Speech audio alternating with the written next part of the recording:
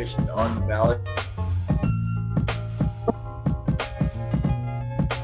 A reminder to folks, please stay muted when you are not talking. So welcome everybody. Please feel free to go ahead and drop your name in the chat, introduce yourself, let us know where you're zooming in from, and we will start in a couple minutes.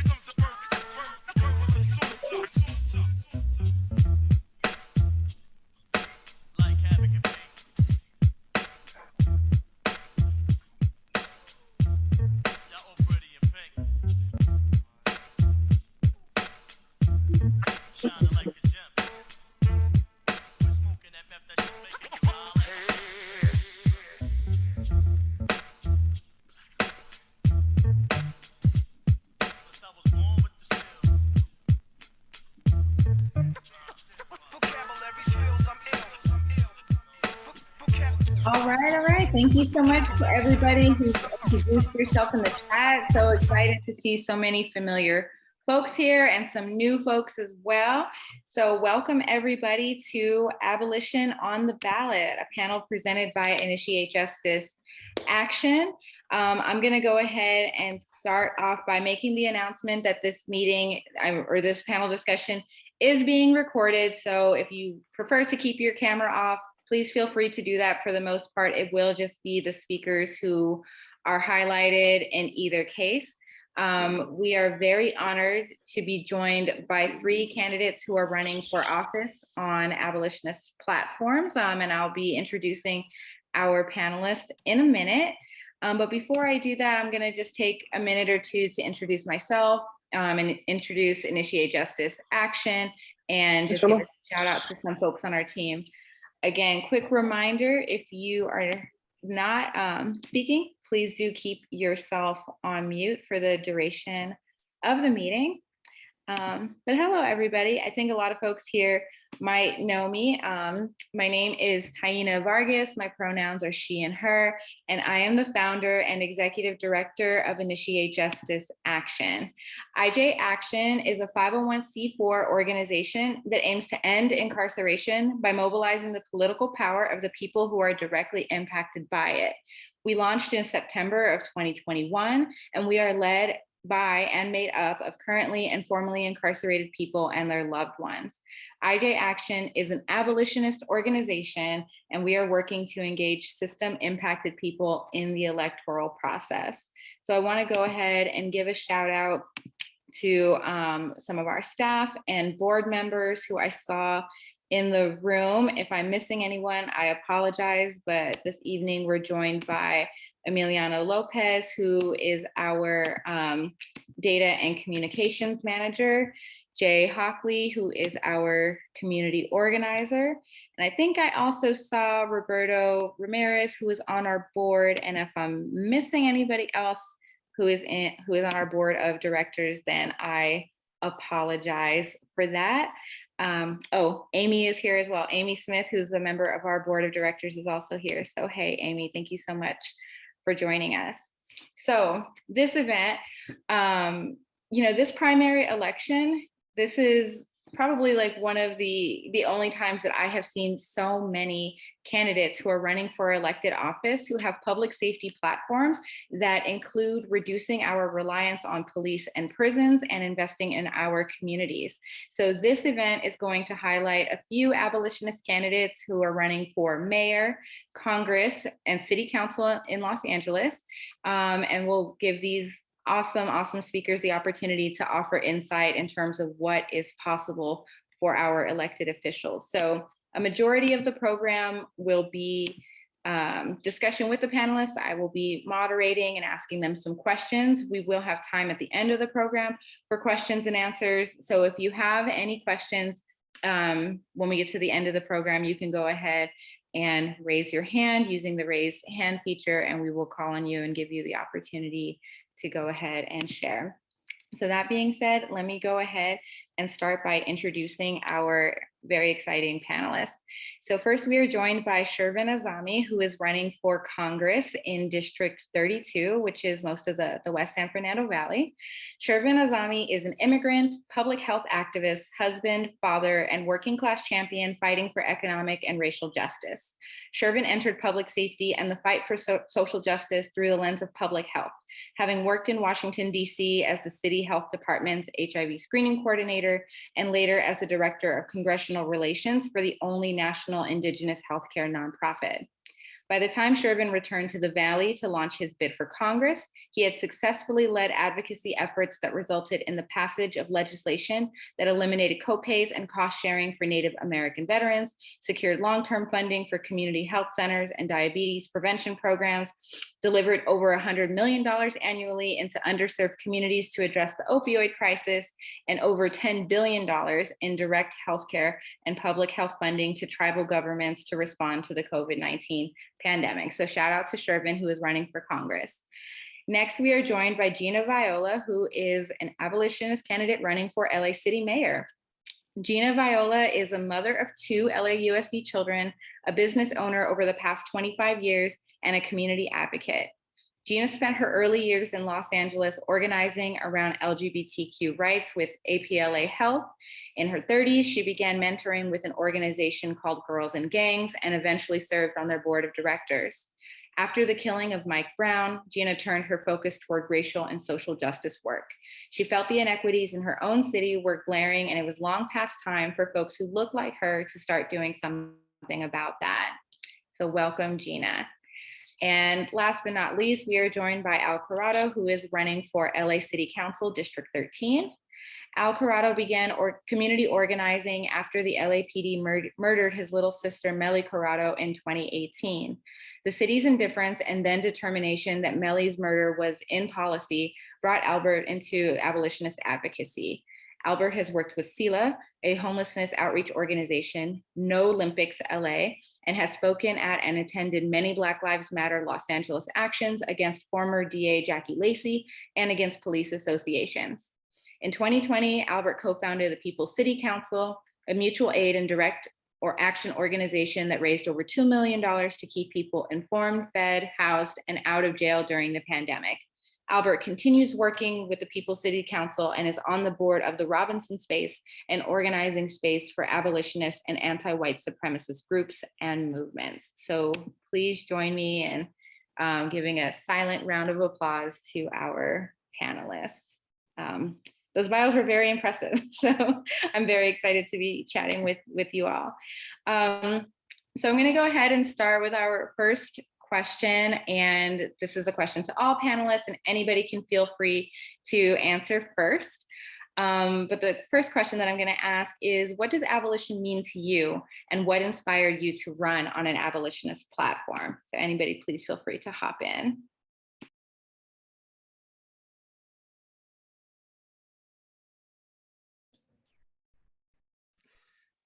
Abolition is being so polite that nobody wants to go first. Yes, exactly. Gina, I think you should take this one. Go ahead, yes. Or take this one. Really? Okay. Yeah.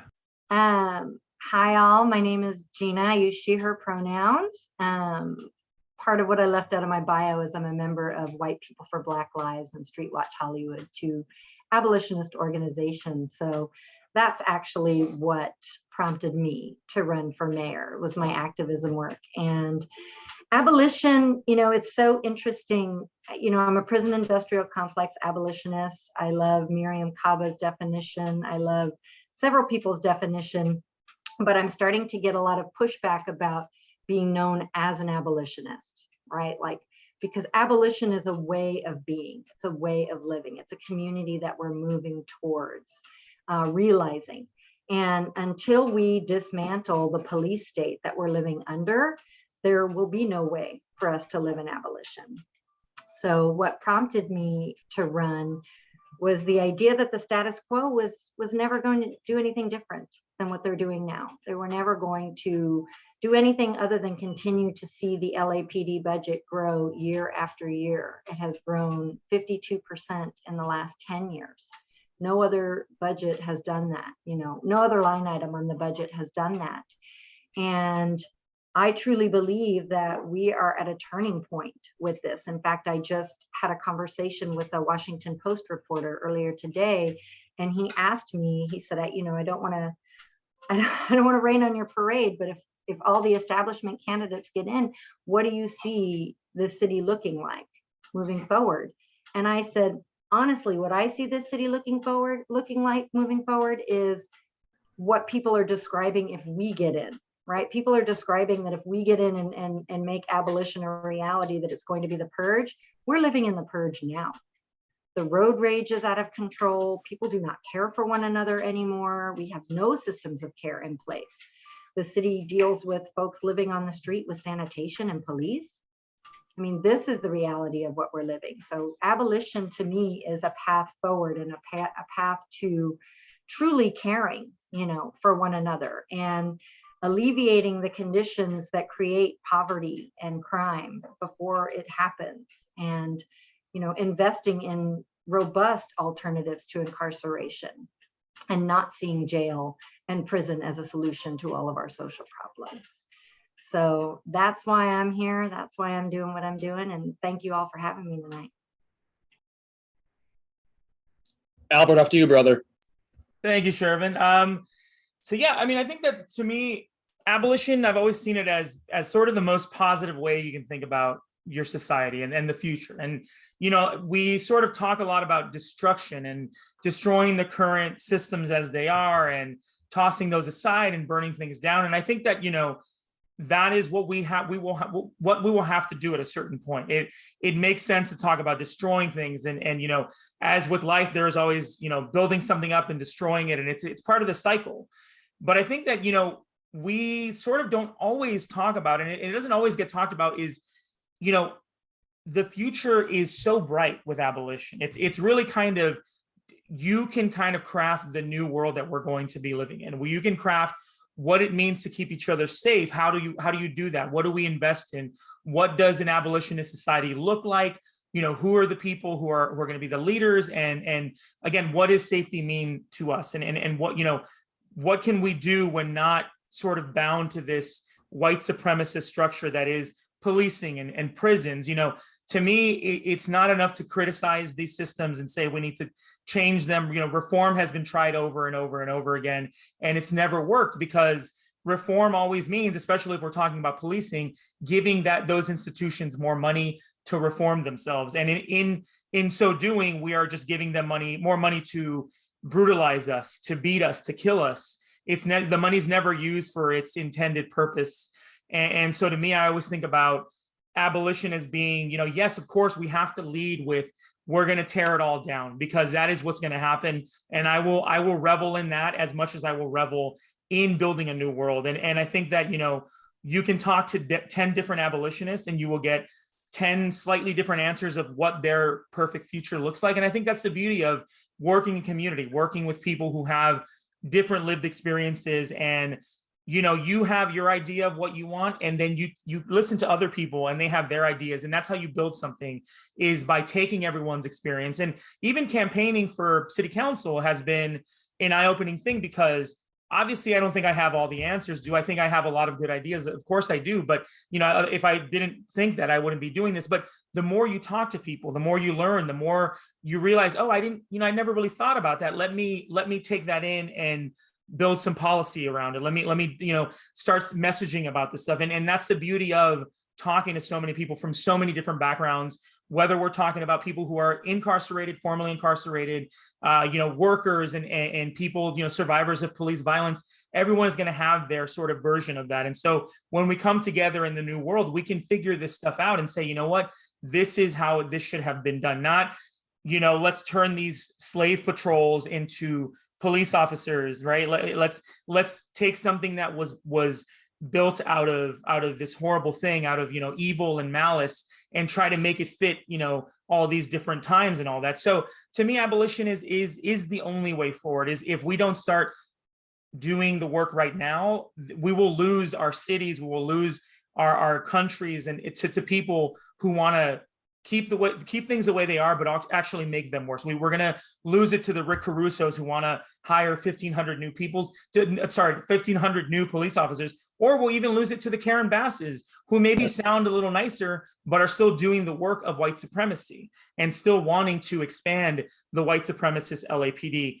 As far as what made me want to run, I looked around my community and saw that there was just a lack of trust in city government. There was a lack of transparency in city government. I didn't know how this worked until I was dealing with the city after they killed my sister. They fired into the Silver Lake Trader Joe's. We sued them, and just seeing how the machine works in order to protect police was very eye-opening. It's the job of every part of city government, whether that's city council, city attorney, or any other department. It's their job to make sure that the police never get held accountable. And being told by city attorneys and seeing, Mayor Garcetti and all these people talk about what a tragedy it was that my sister was killed, but hey, the LAPD did what they had to do. To me, that was the moment where I said to myself, well, they are never going to fight for my sister. They're never going to fight for me or the victims of police violence. So I need to go and do something. And starting a group like People's City Council came out of that sort of need to address what was going on and say, hey, people don't really know how messed up city council is and how they're bought and sold by police and developers. And so to me, it was taking this sort of educational route of like teaching people how this stuff works. And also just the part of me that is wanting to take on the establishment, take on the people who, hurt people every single day. To me, I was called to this work the day that my sister was killed. I wasn't sure of what what I was going to do when she was killed, but it took me some time to figure out that, hey, this is where I can best use my energy. Is I can go after the police. If I sit on city council, I can mess with their budget. I can take money away from them, and I can start building the new abolitionist world with my friends around me, with the community around me, with, people who are in the know about this stuff. And so abolition to me is the most positive thing we can talk about right now. And doesn't always seem like that to some people, but we have to get past the destruction. We need to talk about, hey, there is going to be a new world and we're all going to have input on how it runs. Yeah, building off of the words from Gina and Albert, an abolitionist society is a society that I want to create with and for my son and everyone in his generation, the next 7 generations. Abolition means fund housing. It means fund healthcare. It means fund clean air and water. It means fund food security, fund childcare, fund the actual things that keep us safe. And as a son of asylum seekers, who fled religious persecution 26 years after our government here in the US deposed the only democratically elected leader in Iranian history, I'm an anti-imperialist by birth, because I recognize that it was the US state, through our investment in the military industrial complex, to perpetuate oppression abroad and to do it right here at home. There's a reason why the US government doesn't bat an eye to finance over 52% of our budget for the Pentagon. And when you add federal policing and prison spending, it's close to 70% of our annual discretionary spending. And there's a reason why we don't bat an eye to continue funding foreign apartheid governments. Well, it's the same beating heart of oppression that goes through Ferguson, that goes through Minneapolis, also goes through Tel Aviv. And the reason why we're okay funding it abroad is because we did that right here at home, through enslavement, through genocide, through ethnic cleansing, through erasure. And that continues to this present day. It's no secret that life expectancy in Inglewood is 10 years less than in Brentwood. That's by design. And all these things go hand in glove. Throughout American history, it's been the police who stand up against women's rights, who stood against LGBTQ plus rights, who stood against civil rights, stood against equity in so many different forms, right? And so it really means creating a society where no one's zip code dictates their ability to survive, and really investing in our communities and saying that again and again, these systems of oppression have only marginalized and butchered our communities for far too long. And if we want to create a society that actually invests in us, puts our communities, our priorities first, it means taking money away and abolishing those very systems that have monetized human caging, that have monetized human suffering. I mean, that's what our policing and prison systems are. And so, seeing folks like Albert, seeing folks like Gina and so many others that are doing the work each and every single day in our communities, we're building an abolitionist framework every single day. And that's what gets me out of bed. That's what made me run for office. Seeing someone like the incumbent in my race, who, a few years ago spoke at a rally calling for more violent regime change in Iran, who's one of the biggest war hawks in Congress for the Democratic Party. I mean, these are not the values that I see in our communities. These aren't the values that I know that my parents and their generation raised me with. So it's really about creating a society that actually invests in us and dismantles this sordid legacy of white supremacy and oppression and persecution to only maintain power and wealth in the hands of the few at the expense of the many. Absolutely. No, and thank you all so much. And I just want to acknowledge the fact that so many of us come to this work because of our personal experiences and ways that we've directly been harmed by these systems of oppression. So just very grateful to you all for sharing a little bit more about your experience, your views for abolition, and what inspired you to run. The next question that I have, and anybody please feel free to go ahead and take this on first, but what are some of the policies or changes that you would be most excited to implement if/when you are elected? I'll go first this time. Is that good? Yeah, cool. Yeah, I mean, I think that, we talk so much about on this campaign about there are other campaigns, there are other people running all over town who have these ideas and they never say how they're going to fund them. And to me, it's well, listen, if we're going to take away all this money from the LAPD, then the sky's the limit on what we want to do. And one of, the exciting things for me are public transit. Right, public transit right now in Los Angeles has always been seen as a joke. And listen, as someone who grew up riding the buses and the trains, it sort of is in the way that we just don't ever really put enough money, enough infrastructure, enough resources towards public transit. And I want to make it free for people because 60% of the people who ride public transit live below the poverty line. And to remove a barrier like that is very important to me. But also, it's not enough to just remove the barrier. It's to make it actually a worthy substitute for cars, because this is also a climate issue. And when we talk about all the issues, to me, when I talk about all this stuff, it's under the umbrella of climate crisis.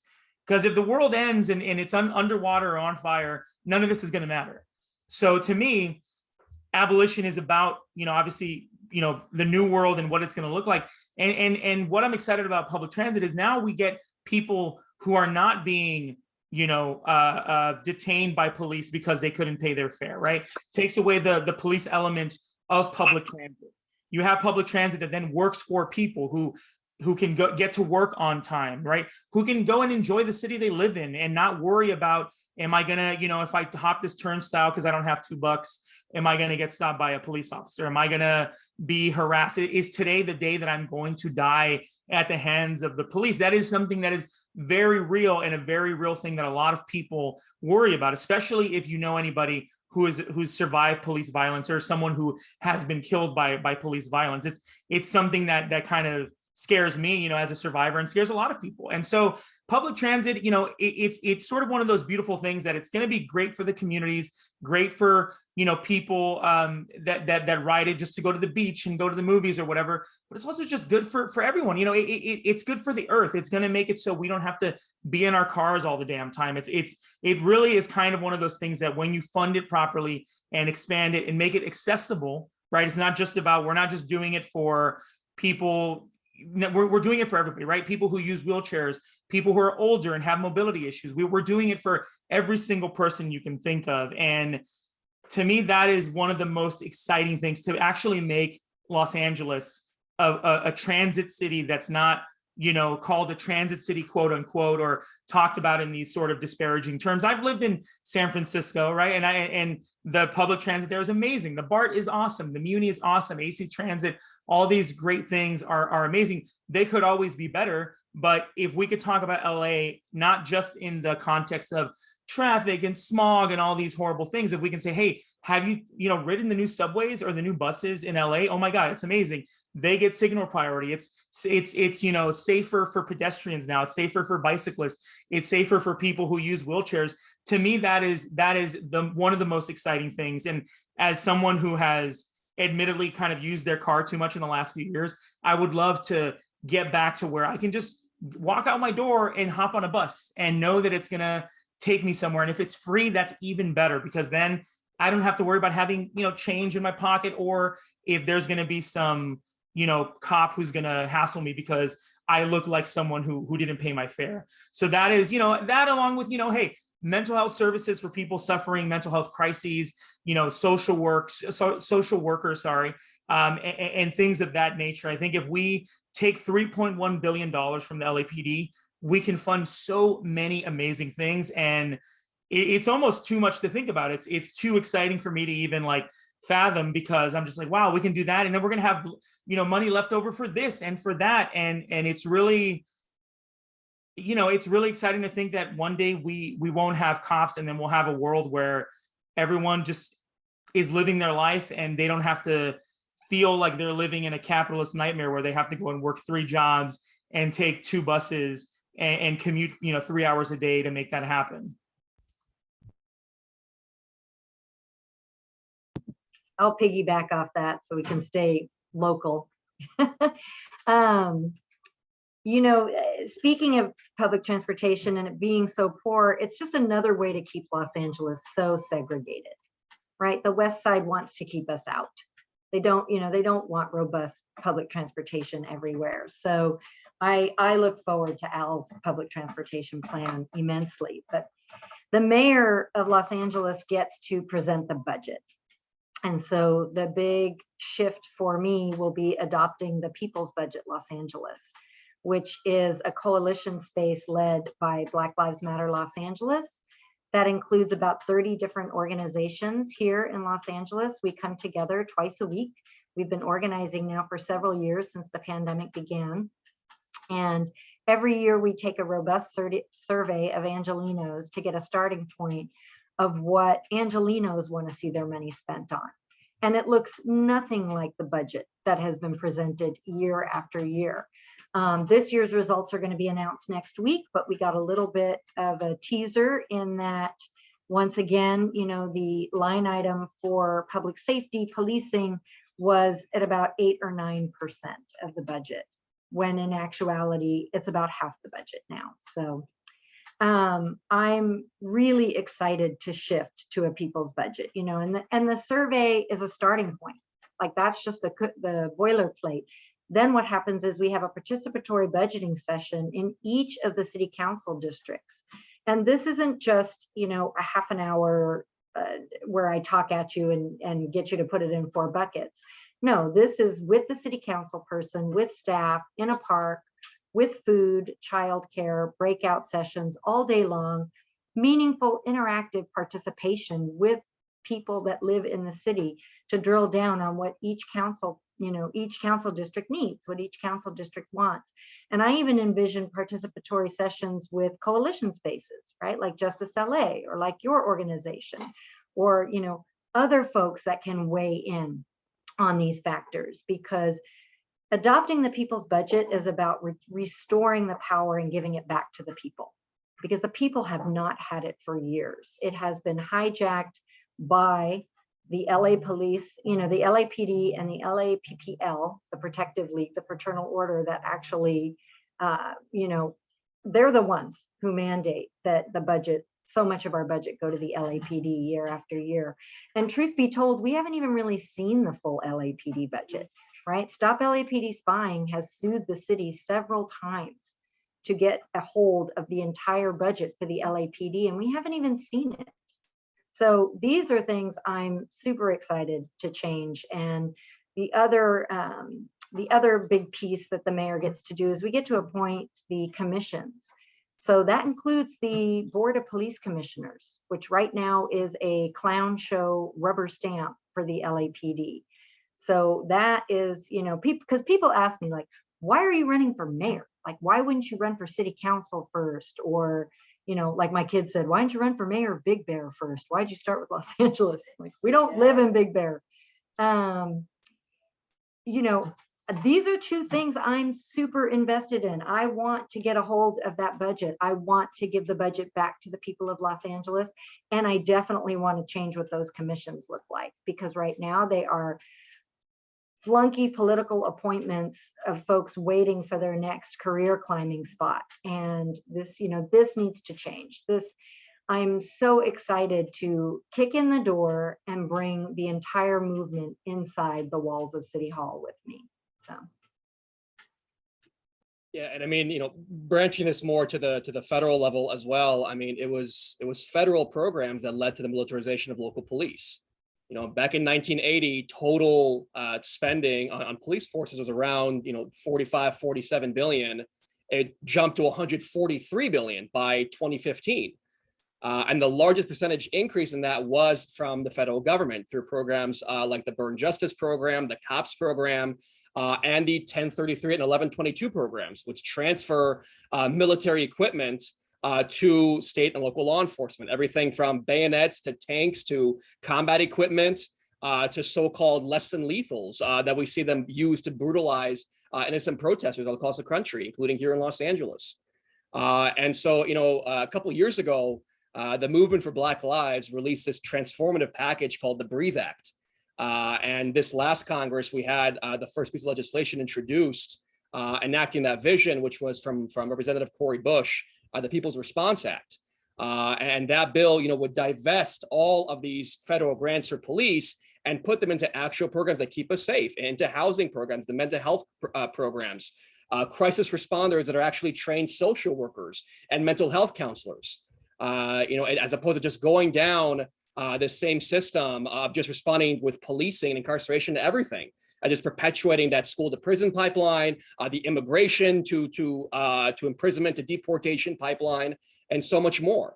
You know, and going back to my earlier comment, I mean, you know, we literally have grants out there that allow local law enforcement to go train with the Israeli Defense Forces and pick up the same tactics they're using to brutalize Palestinians, bring that back home to use against innocent Americans right here. And so, you know, the Breathe Act is one thing that I'm really focused on championing when I'm in Congress, and eliminating all of these federal grant programs and then reinvesting all that money. To Albert's point, you know, that the budgets are there and these budgets are moral documents. So let's actually invest them in the areas of highest need, as opposed to actually just continuing to barrel down investing in systems of oppression. I mean, you know, when the city of LA got over 600 million through the American Rescue Plan under Biden, you know, Kenneth Mejia exposed this. Half that money was given to LAPD salaries. I don't know of a single member of Congress from LA that said a word about that. I don't even know a single member of LA who said that we need a DOJ investigation into the murderous LASD gangs, or called for the dismantlement, or called for eliminating their federal grants. So we need new representatives who are actually going to be putting these issues first and foremost, and then working back with our state and local electeds like Gina, like Albert, and saying, hey, well, we just passed this bill getting rid of the 1033 program. Let's work together on making sure LAPD returns all that military equipment so we can destroy it at the federal level. So that's the kind of thing that I'm really excited about and what I hope to champion in Congress. Absolutely. Thank you all so much. And I think most folks who are familiar with IJ know that for the most part, our work centers on like state government and state policy. So super grateful for you all uplifting what is possible, like at the local level, at the city level, and also what is possible at the federal level, because all of these issues intersect and impact our lives in various ways. And I really just wanted to highlight, you know, what you were speaking on, Gina, about the people's budget and the fact that community organizers have actually reached out to the community and asked, what do you want to see your money spent on? Because I think a lot of the opposition is saying that we're not ready for abolition, that, you know, the community wouldn't support abolitionist candidates. But if you actually take the time to ask the people, you will see the folks are supporting non-reformist reforms and are supporting divesting from law enforcement and investing in communities. Which brings me to my next point. My next question. I know that it's a huge challenge to, you know, have the courage to say, I am an abolitionist and I'm running for office. So I have a two-part question. The first part is, what challenges have arisen for you as, you know, an explicitly abolitionist candidate? But at the same time, the other side of that is what gives you hope running as an abolitionist candidate. And Shervin, you keep going last, so I'm gonna call on you to go first. Yeah, happy to jump us off. I mean, we were talking about this earlier. Like I'm sure we all encountered our fair share of pearl crutchers. People are saying, wait, what about public safety? But it's like we see example after example after example. I mean, just last week we saw an example of 80 cops standing outside of a school because they were scared for their own lives as innocent children were being killed. And it's not a question of training, as Albert was pointing out. I mean, that the city of Uvalde, they're a recipient of $50 million in COPS program funding from the Department of Justice. They had trainings on responding to active shooters just a couple months before what happened last week, and they still did nothing. The institution itself is an institution of depravity. And so just to Albert's point, throwing more money at it is not going to solve the crisis. And I think we're seeing more and more examples of this happening every single day. I mean, what was it, like a couple months ago, we had a battalion of cops in downtown for 4 climate scientists. I mean, just absolutely ridiculous. And we've never seen police go after all these large corporations that are stealing wages from their employees, or address the fact that these law enforcement agencies have stolen $70 billion through civil assets forfeiture. I mean, literally just perpetuating poverty in communities. Those are the real crimes.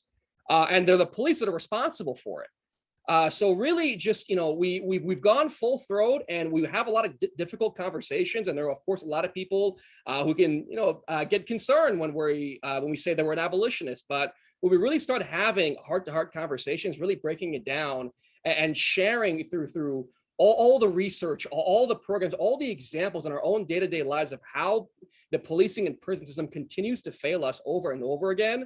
I mean, I've done it with my own parents. It was funny, like a couple of weeks ago when I was helping them fill out their ballot, there was a candidate that, my father was leaning to vote for, and my mom jumped in. She was like, no, you can't vote for them. They want to give more money to the cops. And I'm like, I just had this moment. I'm like, wow, I never thought my mom would say that. But, it's having those difficult conversations in our own backyards with our own loved ones, and really challenging these perceptions and saying, look, no, that something new can happen. And all these other examples of how when we actually invest in communities, when we invest in housing and clean air and water and transit and healthcare, we see crime go down. We see rates of overdose deaths go down. We see rates of houselessness go down. Because when people are taken care of, when communities are taken care of, all of us are taken care of. And we're never going to stop pounding that message home.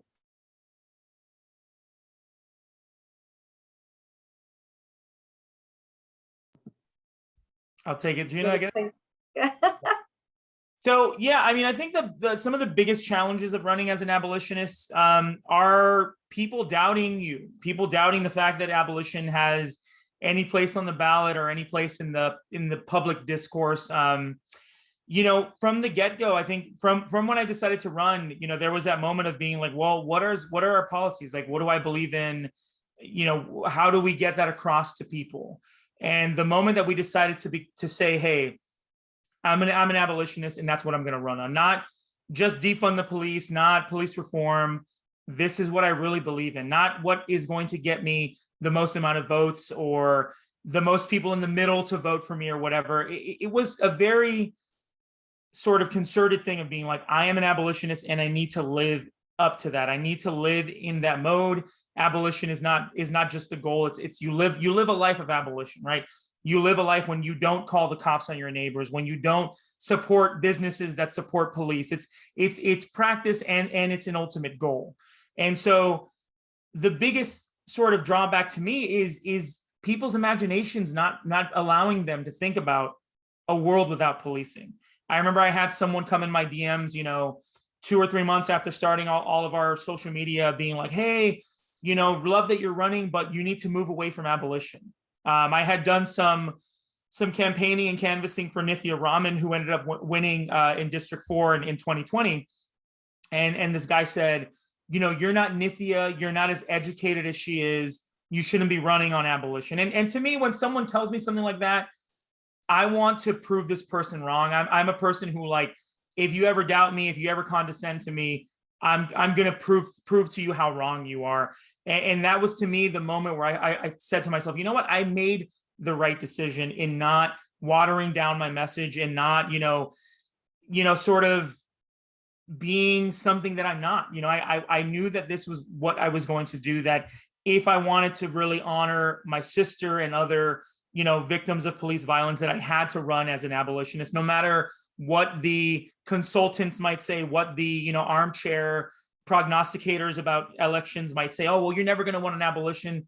To me, I don't care about those people. I never have. But it has been a challenge to talk to people and be like, well, yeah, but like, there's this other person running somewhere else and for another office or whatever who's saying this. And I think that's going to be sort of an easier pill to swallow for voters. And I think one of the most encouraging things is that people are ready to hear what you have to say. There's going to be people who are like, hey, don't care about abolition. I don't like the police, but I don't think it's possible.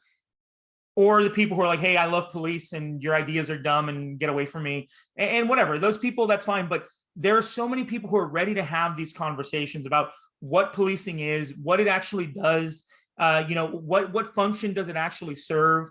I've talked to so many voters at doors and people on the phone and just out and about in the world where people are like, I read your abolition policy. I saw your abolition video. It was so awesome. And I really believe it's something we can do. That's the encouraging part. The part where it gets a little sometimes even scary is we get threats. We released an abolition video a few months ago where it was me standing outside of City Hall and the LA Police Academy talking about the origins of policing and why abolition is the only way forward. And for a minute and a half video, we got hundreds of people who were like, hey, this is awesome. I love this. You're so brave, or whatever, those messages are. And then we got people who are in the DM saying, hey, like, wouldn't it be funny if you got shot in the head? Or what are you going to do if someone is trying to kill you? And, whatever, I hope you get robbed and the police don't respond. These horrible things that you have to read. And that is the dark side of running as an abolitionist. It's not even just, I can handle people disagreeing or thinking that I'm silly or an idealist or whatever. What gives me pause is that, threats, is people threatening my life because I don't believe in police. And to me, I always want to, I never engage with the people, but I always want to say, hey man, like, what? Police killed my sister and she was just at work. She was not even interacting with the police. She was not a suspect. She was not someone who was pulled over, and she was still killed. So to me, I can be the enemy of the police and get killed, or I can just be a person going about my daily life and get killed by the police. So to me, that speaks to the violence that the police sort of visit upon their own citizens. And so, it's encouraging to hear people say, hey man, since you decided to run, I wanted to run for neighborhood council, or I wanted to really get involved. And now I'm calling into city council and giving public comment, or I'm reading up about abolition. And those are the moments where that no matter the threats, no matter the people who are condescending to you and thinking that they know better, that's the moment where you're like, yeah, I made the right decision. And to think that there are people out there who are running on anything less than abolition, I think is interesting, because this is a viable campaign that is being taken seriously. We're mentioned in the same breath as the incumbent. We're featured on mailers that are attacking us from the incumbent. So it's not like I'm a fringe candidate or someone who, runs all the time and never gets anywhere and is just always there. No, I'm someone who is being seen as a legitimate threat. And it's with an abolitionist, I would say a very unapologetically abolitionist platform. If you read our website, it's really kind of fleshed out. We have a lot of policy points about it, and I'm really proud of that. And knowing that people read that and get inspiration and then say, hey, I also want to do this, or hey, I also want to become an abolitionist and read all the books I can and do the work, I think is the ultimate sort of compliment, in that, the work that me and my team have put in all this, this abolition work is paying off. And that, even if we don't make it past this primary and this campaign stops, there will be other campaigns. There will be other people running for things who are abolitionists. And to me, that is a big compliment, in that the work that we've done is crucial to people and it has opened people's eyes.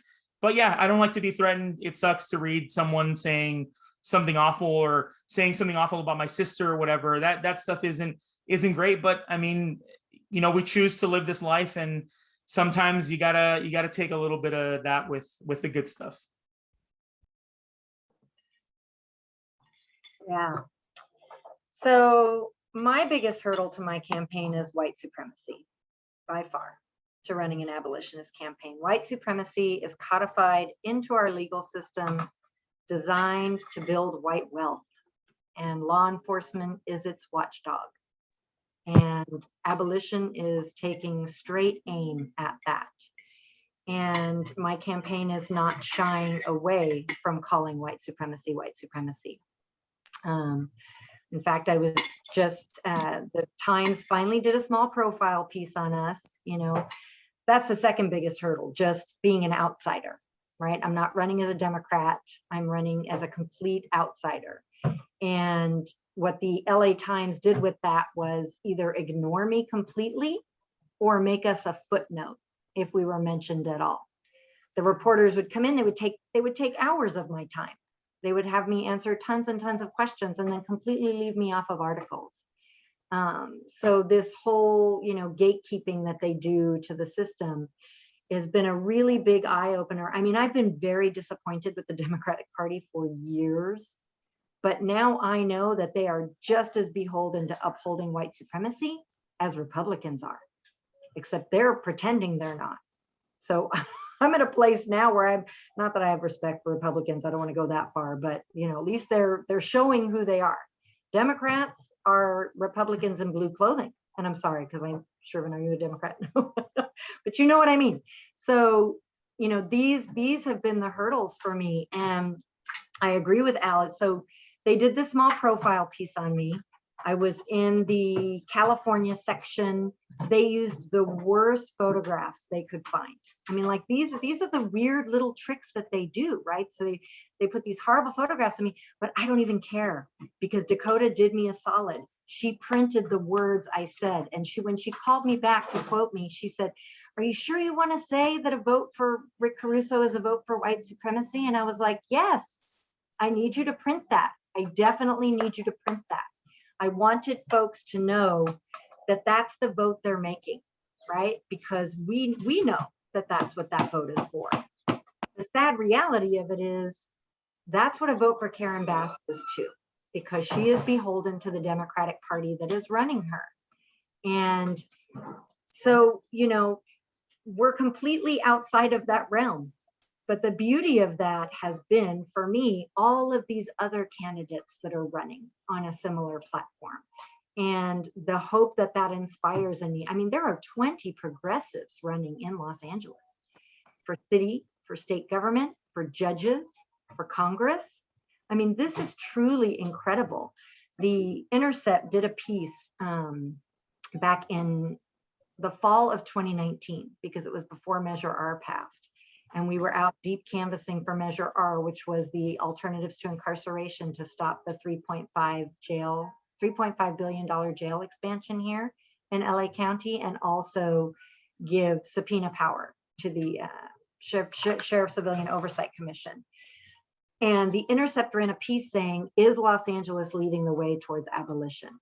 I need to find that piece because it came out on a day where I was like feeling like, oh, this is such a long, sloggy road. White people are never going to go for this. They're just so, I mean, I would say the word abolition in a room full of white people, and everyone's like, please don't use that word again. Please don't use, you know, you're turning people off. And I was like, oh, you know, it's such a hopeful word. It's such a beautiful word. I need people to understand that. And the Intercept ran that article with that headline. And I was just like, boom, here we go.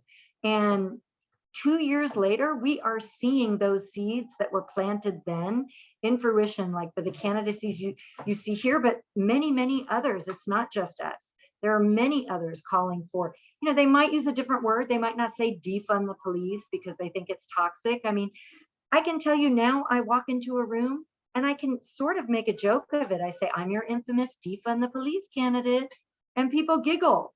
So we're even taking that slogan back, because it's not toxic, it's reality, it's what's coming, it's the future. We're going to refund our people, and that's what gives me lots and lots of hope. Now, tearing down white supremacy is super ugly. As Albert says, that article came out, and the amount of hate that I am getting on all platforms and in my email box is outrageous. But you know what? It's about time. it's about time someone that looks like me is getting that kind of hate, because that's what lots of folks that don't look like me have been, that's been their reality their whole lives. And when I'm in these spaces, because I'm often sitting, in rooms with white people saying, tell us what it's going to look like without police, tell us how we're going to be okay without police. And a lot of what I am telling them is, it's time for us to join the beautiful struggle. It's time for you to not be so comfortable, right? It is, there's going to be transition time, and it's going to be a little rough, right? A little rough around the edges. And the truth is, it's rough out there for most people, and has been for a century, if not longer. So it is time for us to join that struggle. And I am so hopeful at how receptive people have been to that message. Yes, I'm getting some hate, but I'm getting way more support. And I'm getting way more folks coming up to me, grabbing me, and even if they have to whisper in my ear, I voted for you, or I'm telling people to vote for you, but they don't want to, I'll take it. These are small wins, but I truly see the changes coming, and I see that people are ready to join us on this journey. And those who aren't, I'm on June 8th, I'm going to go ahead and I'm going to respond to each and every one of those emails. And I'm going to say, a racist says what? And hit send, and feel really good about that. No, thank you all so much for those really thoughtful questions, and really for being willing to put yourself at the forefront and receive that hate, but also be at the forefront of having these courageous conversations and moving forward. And as you just said, Gina, y'all are not the only abolitionist candidates. There are lots of really progressive folks who are running in Los Angeles and across the state. And I think that this really is a reflection of the community organizing that has happened, not just over the last couple of years, but really over the last several decades. Angela Davis and folks started talking about abolition in the 70s. And this is something, that is continuing to move forward. And the more and more that we talk about this as an issue, the more folks I feel will be encouraged to, not only organize under an abolitionist, framework, but also run for office and be a leader in that space. So we only have a few minutes left of the panel. So I did want to make space for 1 to 2 questions potentially from folks from the audience. So if you have a question, you can either go ahead and drop it into the chat, or if you want to raise your virtual hand. I see Efrain first. So Efrain, I will go ahead and let you ask your question. Thank you very much, Taina. Hi, everybody. Thank you very much for this conversation. My name's Efrain Ortiz. I use he, him pronouns. This question is actually for Albert. I grew up in City District 13 in Atwater Village, born and raised, and I'm very saddened to hear about your sister. I remember I was inside a cell watching it all unfold when that happened, and it was so close to my home, where I was born and raised. My parents still own a home there, and there's another progressive candidate, Hugo Soto Martinez, running for City District 13 as well. And just a question that I would have is, coming home, I was incarcerated for 10 years, and I came home to a Atwater Village that I never recognized anymore, right? There was good things about it, there's bad things about it, but one of the things I noticed is that they ran a lot of the family-owned businesses out of this area. So I wanted to just ask, how do you feel about that? And obviously the homelessness crisis that we have here throughout the LA River, and also what would separate you from the others that you're running against? Well, thank you for this question. And yeah, I lived in Atwater for a bit. That's where my sister lived when she was killed. So Atwater is very, very special to me. And, I grew up in the San Fernando Valley, so I'm definitely, I have experience with seeing a community and neighborhoods kind of look different and change. I remember I moved to San Francisco a few years ago and would come back to visit, and the Valley just seemed way different. It was new businesses, new buildings, new everything. And a lot of the family-owned businesses were gone. And to me, what makes LA great is the people. What makes the neighborhoods of LA vibrant and culturally significant and all that are the people who've been there for a long time. And usually those are people who run businesses, who've raised families there, who have had input into the community. And so to see any neighborhood, Atwater or anywhere in the Valley lose the vibrancy of these small quirky businesses, these great restaurants, to, you know, chain restaurants and giant corporations, is terrible. And I would, you know, I think the more that we lose those places, the more LA is going to look exactly the same. And it's going to be just chain restaurants and big high rises, and no one is going to be able to afford to live in these places or eat at these restaurants.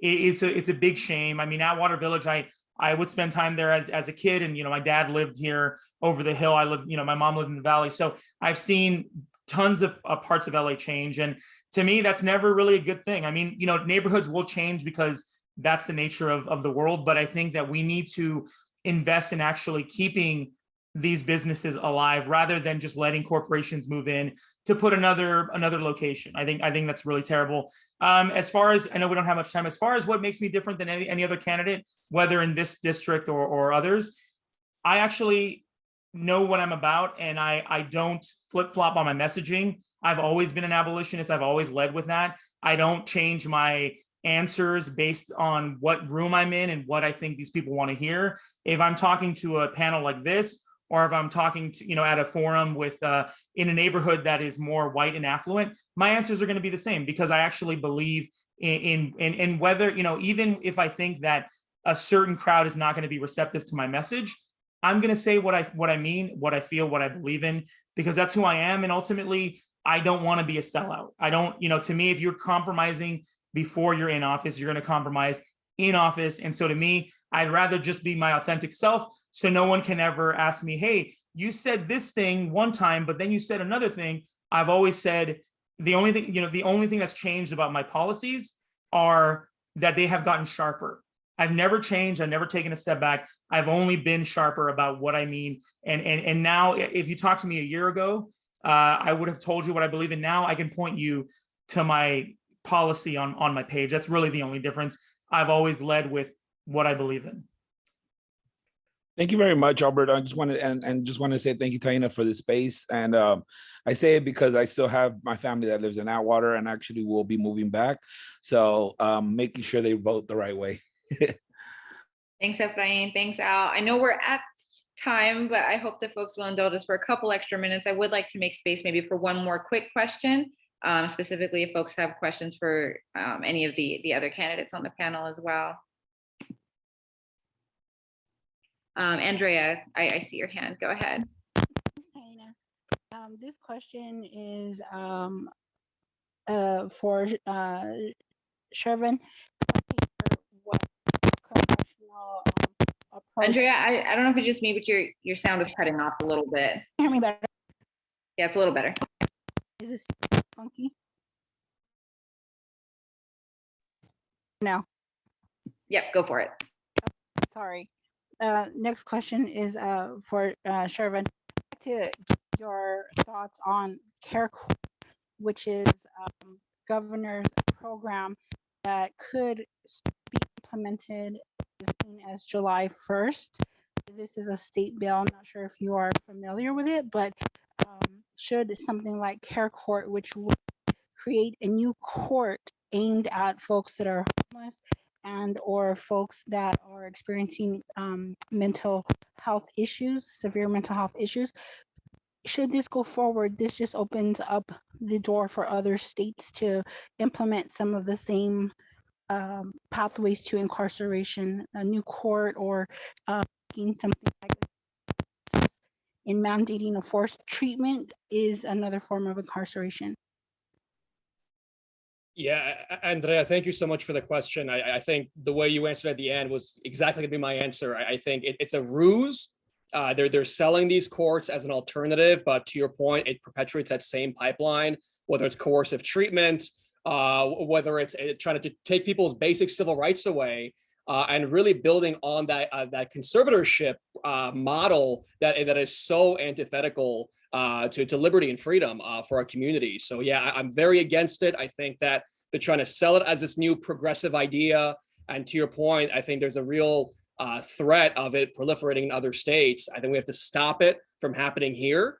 Because it is just something that's going to perpetuate that same status quo under a new name, right? I mean, going back off what Albert was saying, it's the same status quo, just with different messaging, but the impact is the same, the pain is the same, the suffering is the same. So I'm very much against it.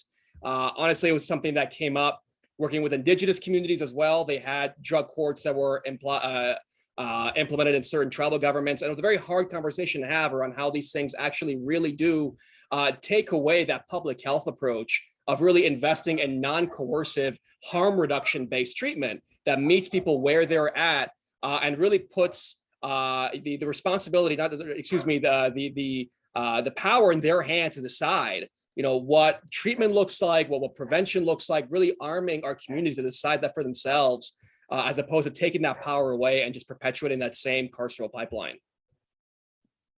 Thank you so much, Shervin. And actually, Gina, do you want to respond to that as well? Because I know that's something that would also have a huge impact on the city of LA.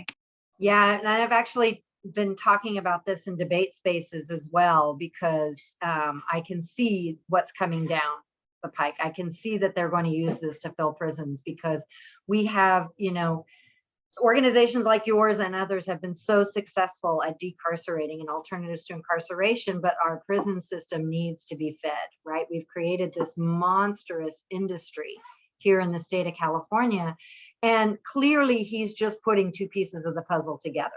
He's going to do this conservatorship, and then he's going to fill prisons with houseless folks.